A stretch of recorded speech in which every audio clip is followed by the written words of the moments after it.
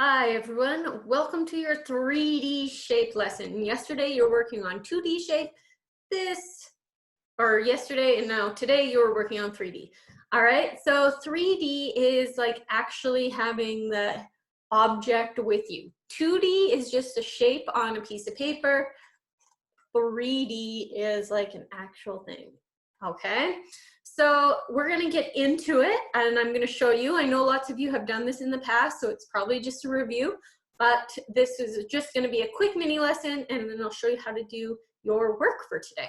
All right, so I'm gonna shrink myself back up into the corner. Up, there I go. Boom, and here is your cheat sheet that you can find on the webpage. This just runs down a couple examples of 3D shapes that you will come across and that you probably will see somewhere around your house, which is kind of what your assignment is. So first things first, we can look at here a cone. So as I circle it here with my mouse, a cone would be like, for example, an ice cream cone or a party hat. That would be the shape of a cone and that would be your 3D shape. A cylinder, the next one, would be like a can of soup.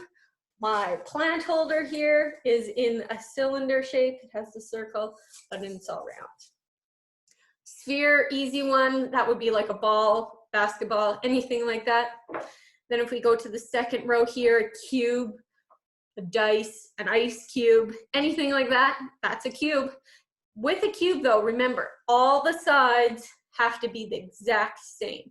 It's not the same as right below it. It says cuboid, which is like a rectangular prism, which I'll show you. Then we have a triangular prism. I kind of think of it as a tent. Has a flat square bottom and the top is long as well. So that's how a prism is. It's nice and long. So it's a long object. But if you're looking at a pyramid, that's next. A pyramid comes to a point on the top. I could not find in my house any pyramids, so you're just gonna have to kind of look at the picture. It would be like having a pyramid, like the Great Pyramids in Egypt, where they come up to a point. Now, a pyramid can have a triangle bottom, or it could have a square bottom. Now, if it has a square bottom, it would be called a square-based pyramid. So a square on the bottom, but all those sides come up to a point on the very top.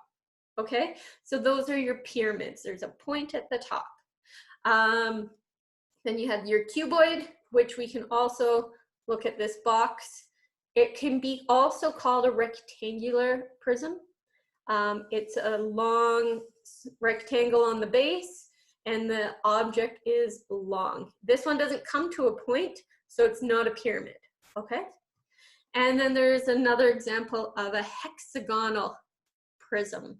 So yeah, those are most of your 3D shapes. There are more out there, but if you can't find any more than these ones, that's okay. Just kind of work with this today.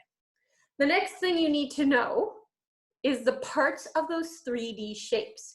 So those parts are the face of the object, the vertex, which is the point, okay? So the point of an object, the face is the flat side. So we have the flat side as the face, and the point is the vertex. And then we have down here, the edge. So that is the edge. So I'll show you on this. If you were to look at this box of mine that I have kicking around, the flat side is a face.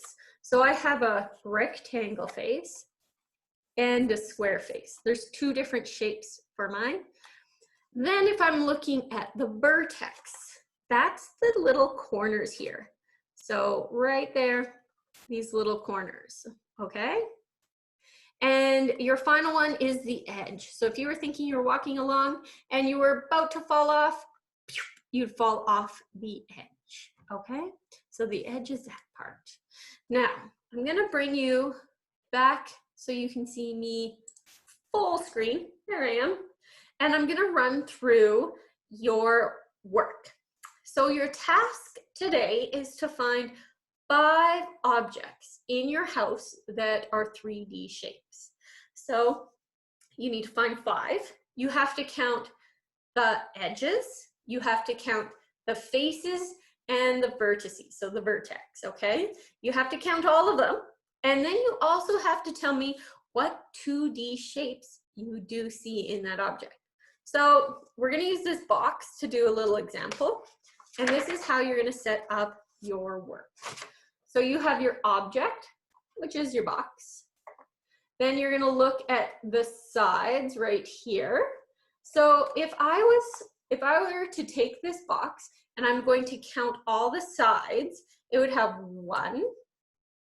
So you can even use a marker to mark it if you can. If you can't, that's okay. So there's 1 side. I'm gonna say there's 2 sides, so I got the 2 ends done. 3,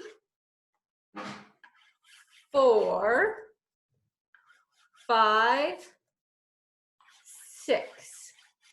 All right, so that's how I got, whoops, I have my paper around backwards, 6 sides. Now I go ahead and I count my edges. The edges get a little bit trickier. So there's 12 on this box. So that would be 1 edge here. So 1, 2, 3, 4. Then I know there's going to be another 4, 5, 6, 7, 8. But I forgot these ones. 9, 10,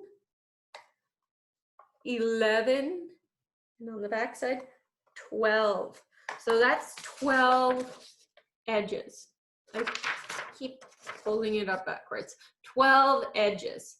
And then you finally have to count your vertices, which are your corners. So if I was to count this one, it would be 1, 2, 3, 4, 5, 6, 7, 8. So 8 corners. There you go. That's right there.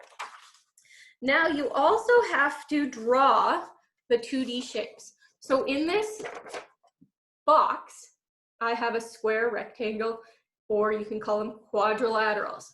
So there is the rectangle face inside, and there is the square. Okay, so that's all you need to do, but you need to do it for 5 different things in your house. Okay, so find 5 different objects that you can do this for. Good luck. Hope you have some fun. I think you will have no problem because lots of you have done this in the past. But if you do have a little bit of difficulties, let me know and I can help walk you through it. All right, we'll talk to you soon. Bye, guys.